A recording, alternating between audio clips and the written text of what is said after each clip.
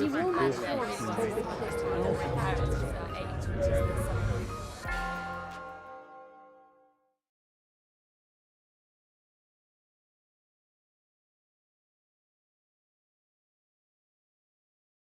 I'm standing between you and lunch, so I'll try and keep it relatively simple and brief. I did a degree in psychology in the early 90s and was immediately fascinated by the brain. As far as I was concerned, the ability to be able to see inside our brain while it's alive, while it's functioning, is absolutely fascinating. And as soon as we start thinking about disease situations, we obviously can't biopsy a brain. We can't just take a bit of brain out to see what a disease looks like. And so imaging is really the only way we can see inside the brain. Now, in my title, I use this word translate. This is a kind of a buzzword at the moment, and translational neuroscience is something that we're all talking about. So I think it's worth just taking a slide to explain what we mean by translational neuroscience. And it's really depicted by this figure. We recognize over the last decade or so as the sorts of methodologies that we use and the sorts of expertise that accrue around specific ways of assessing the brain get more and more complicated, you inevitably get experts in different things doing very different sorts of experiments. So, for example, Richard will create animal models and look at stem cells and look at cells down a microscope, whereas I will use these complicated imaging machinery, and really we need to be able to work together. So all of the arrows are about bringing all of the different types of neuroscience investigation to bear on complicated diseases like Alzheimer's disease, like Parkinson's disease. And the idea of it being translational is really that the biggest arrow is heading towards trying to discover new interventions, trying to discover new diagnostic techniques that will lead to better trials and better treatments. And of course, the information that we learn from the trials and treatments also feeds back into the melee of us all working together to try and solve these problems. And the way that imaging fits into this is in a number of ways. So we can use imaging to a certain extent to try and understand a little bit more about the mechanism. What is it that's going wrong in the brain? Which bit of the brain is affected by different diseases? But imaging is really a rather crude tool for the more mechanistic aspects of the experiment. And so actually we should probably be thinking about imaging more as a kind of a diagnostic technique. We can use these sorts of techniques to perhaps predict who's most likely to suffer from dementia. But perhaps we can use imaging to select individuals for particular types of trials for new treatments. And we can also use it in the trials process itself. So if a drug is having a good effect on the brain, then we might be able to see it with an imaging technique before we can see it, for example, having an effect on cognition. And imaging, as I already said, is really the only means that we have of looking at the pathology in the brain during life. And so in Alzheimer's disease, there are a couple of ways that we can see very easily the pathology while people are still alive. You'll have heard about the hippocampus several times today. You're probably familiar with this structure that's in the yellow box here. And this is somebody who first presents to the memory clinic with having cognitive impairment, and then this is the same person's brain 18 months later, and then 36 months later. And so the hippocampus, which is this little structure just here, actually doesn't look too unusual in this case on first presentation, but the thing that's very remarkable is how rapidly it deteriorates. So by the time you've got to 3 years, you can see that this hippocampus here is shrunken quite a lot. So the rate of deterioration, the rate of shrinkage is something that we can pick up quite easily with techniques like magnetic resonance imaging. More recently, we're now able to actually see the pathological hallmarks of Alzheimer's disease using an imaging technique called PET. PET stands for positron emission tomography, and it involves the injection of a radioactive substance into the blood that's labeled to stick to the sorts of pathology that we're interested in seeing in the brain. So there's a way of labeling amyloid. Amyloid is what makes the plaques in the brain. And another type of label that you can inject to see tau, and tau makes the tangles in the brain.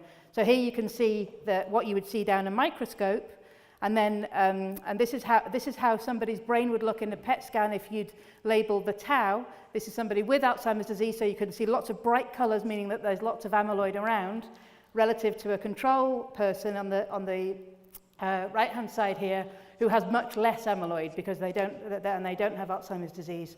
And likewise with the tau, you can see much more signal, more brightness in the colors in the person with Alzheimer's disease than the person with no cognitive impairment.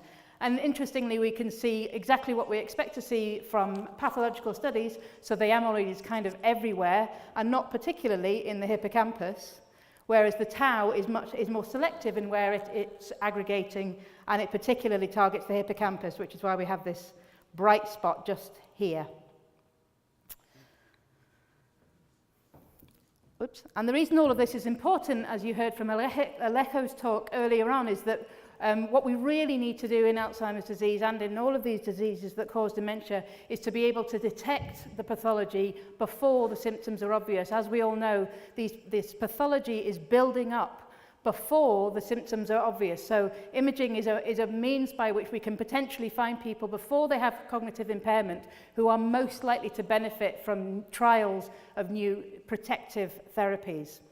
So this graph is showing you that when people are cognitively normal, if they're likely to get Alzheimer's disease, then the amyloid and the tau are already building up and before they start getting into the stage of mild cognitive impairment, and long before they get to the stage of having functional impairment, which would give a diagnosis of dementia.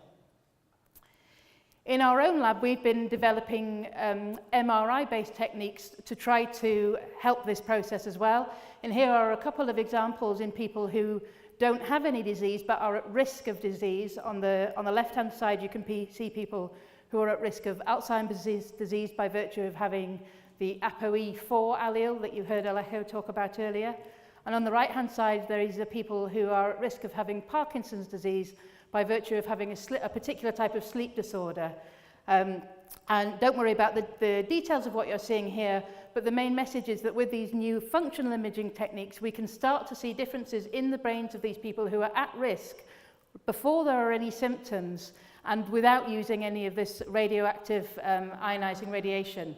And so these are the sorts of things that we're developing in our lab here in Oxford.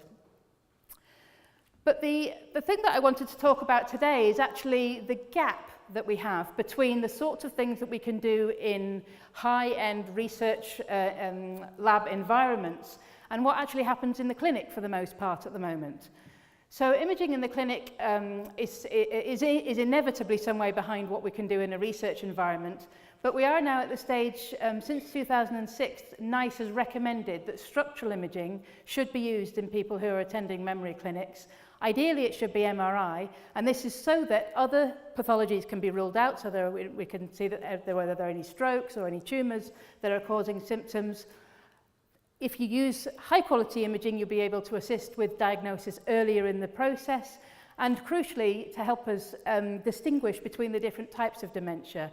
Because when we get to a point, and I hope that we will in the not too far distant future, but when we get to the point of having neuroprotective therapies, ways of protecting our cognitive health, these are going to be pathology specific. So we need to know which form of dementia people are going to get as early as we possibly can in order that we can make a difference.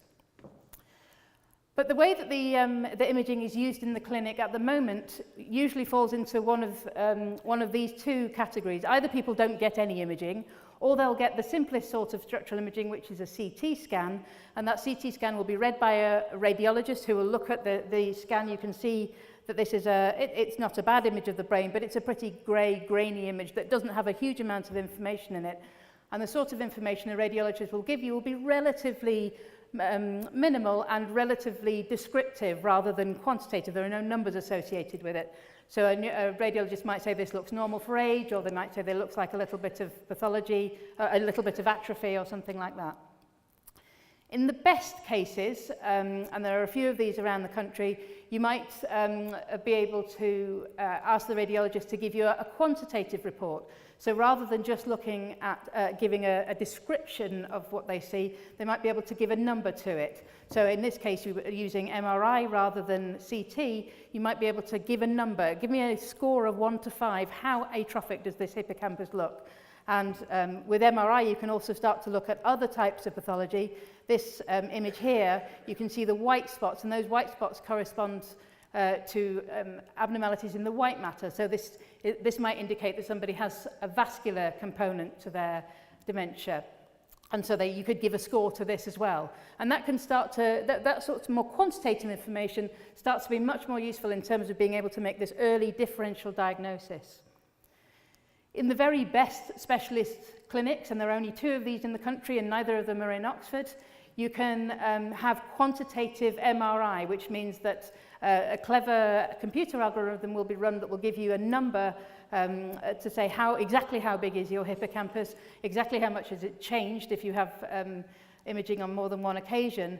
And then you could see how if you have a number associated, here's a number, a typical number, 3.248, well, your average memory clinic clinician isn't going to be able to do much with that number. But if we can start to build up this information so that rather than just getting the number, you can put it on a scale. So this is what this thing is at the bottom here is showing. You can see that this individual will be well into the green zone. So there's nothing wrong with this person's hippocampus. But if it was smaller compared to people of same sex and similar age, then you might start to get a bit worried that they're on the way to a developing cognitive impairment. And then at the very end of the spectrum is the research environment, and now we're really moved out of the clinical environment and we're into a research environment where we can do all sorts of fancy schmancy things that are not quite ready for translation to the clinic just yet. But the thing that's been frustrating me over the last few years is that there really is a chasm between what's done in standard clinical care and what we can do in a research laboratory. And there are all sorts of reasons for this, and the obvious ones are things like money. Obviously, it takes a lot of money to do the sorts of things we can do in a research environment, but it's not just about the money, actually, and we can probably get to a point where we can make the cost-benefit calculation work in our favour. So here I start to think about translation again. So here I'm trying to translate what we can do in a research environment into what's useful in a clinical environment. The translational pipeline for imaging looks a bit like this. So you start with the hardcore physics and the maths, and you'd move that into a basic neuroscience environment where people are trying out brand new things, usually in healthy people. And then you might move that onto the sorts of clinical research that I typically do, where you'll see blobs on brains that don't mean an awful lot to an individual patient, but they start to look interesting and intriguing in a way that we might be able to use them. And then the real critical thing is how we get between the clinical research and the clinical practice. And when I started to think about why we have this chasm, it turns out that there are loads of things. There are loads of things we have to do between clinical research and clinical practice. Please don't try and read this whole list. The idea is not to go through it in detail. It's just that there are a lot of steps. And if I do this on my own, in isolation with my research team here, this could easily be 10 years of work just for one measure that I might have developed in my research environment. So the thing that I'm most keen on at the moment is thinking about how we can set up the infrastructure to make this translational process easier for everybody. One of the ways in which we're doing this is part of the Dementia Platform UK that Richard will have introduced you to earlier. The MRC have set up this big platform, and it's really about bringing together scientists from all over the UK to think about what sort of infrastructure do we need across the board to make dementia research go faster. You know, can we get to a point where we have the diagnostics we need and the therapy we need more quickly? What infrastructure do we need to support that? So for imaging, one of the frustrations is that for a long time, people like me have worked in very specialist laboratories, and that's really been because of the computing we need for dealing with these large-scale three-dimensional data sets. And until recently, it hasn't been conceivable that you could have a sort of centralized facility for that sort of thing, because the specialist kit that you need has only really existed in silos in individual research centers. But of course, as you know, computing infrastructure gets bigger and better and bolder and faster and smaller and every day. And so we really are now at the beginning of an age where we can start to think about bringing these things together. So that when I develop something in my lab, a brand new way of analysing the brain, I can immediately go somewhere and say, now, can I just try this out on your data? I don't have to make individual relationships with people. I can go to a central repository and see, okay, I can see these people over here have got the same sorts of data. Let's see if they'll let me try my thing out on their data without it causing them a huge headache, without it causing me a huge headache, to make it all easier. So the Dementia Platform is, we're setting that up to do exactly that. So the idea is that we'll have a central repository, so anybody who can share their data will go into the central place. But that won't be easy for everybody, so what we'll do is put individual pockets, nodes of our network in the places where the major data sets are, and these are the places where the Dementia Platform cohorts exist. And then we're going to use our computing infrastructure to link these up so that we can aggregate the data so that we can make data easily available. It's obviously really important that we do this in a secure way. We have to maintain the governance and the security that was set up around individual cohorts. But an example of the sort of work that will go into this is, for example, the Whitehall 2 cohort that you just saw Helen talk about. And there are exciting, well-designed cohorts around the country, and actually the people who look after these cohorts are perfectly willing to share the data, but it just hasn't been easy to do that until now. So this is what we're working on. And then more locally, we're building a new facility, a new imaging facility in Oxford at the Warneford Hospital. This will be, so at the moment all of our imaging facilities are here in the John Radcliffe Hospital and over at the Churchill Hospital, and we're putting in a new scanner over at the Warneford Hospital. And the idea of this new facility is to be a sister facility to the very high-end, state-of-the-art facility that we have here at the John Radcliffe, which isn't particularly well set up for patient work. So it doesn't have a reception, it doesn't have consulting space, it isn't an easy place to bring patients and carers into. So we're going to have a sister facility, which is the translational arm of our imaging setup in Oxford, with all of the things that we need. And the ambition is to set up a clinical assessment service there. And so this will start off as a research service. And the ambition is that we will hopefully get to a point where this will be considered by the clinical commissioning groups. But a patient can be referred to this hypothetical centre, perhaps by their GP, perhaps directly from a GP, or maybe even be able to self-refer, where people could have a high-quality, state-of-the-art MRI scan, some good neuropsychology, whatever other physical tests are appropriate. We generate a new report, and we keep things as refined and as simplified as we can, but be in a position where we're generating the sort of data that we're going to need in order to make better, earlier diagnoses to triage people into particular trials. And an important component of this is that everybody that comes through the door will be asked if they're prepared for their data to be part of to be available for research, and and without any long-winded information forms or those sorts of things. You can simply say, yes, I'm happy for my data to be used for research, and if that's the case, if no, then that's absolutely fine. But if people are happy for their data to be used, then it can be immediately made available to this wider community, so that rather than testing our new imaging techniques only in very well characterized, highly selected cohorts, we're actually able to test them in the real world, in the situation where we don't necessarily know the diagnosis yet, but maybe we'll know it in a few years. And so these are the sorts of infrastructure things we need in order to be able to translate this work. So just to summarize, the frustration that I have really comes from the fact that we have very, very high quality advances in brain imaging in the UK in general, and particularly in Oxford, and these things rarely make their way into clinical service. And me and my group are thinking hard about how we improve that translation.